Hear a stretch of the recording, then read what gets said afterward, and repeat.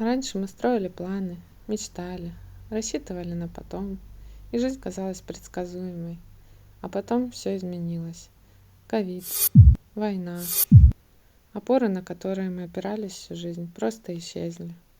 Мне было очень сложно принять эту новую реальность, где нет ясности и гарантий.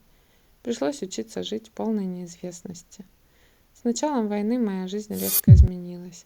Я оказалась в другой стране, и мне нужно было строить свою жизнь заново. Я до сих пор не знаю, останусь ли я здесь завтра. Пока я здесь как турист. И каждый день может стать последним в этой стране. Куда потом дальше? Пока непонятно. Но именно благодаря доверию мы оказались в Турции. Случайно, за 5 дней до войны. Я до сих пор не знаю, где будет мой дом.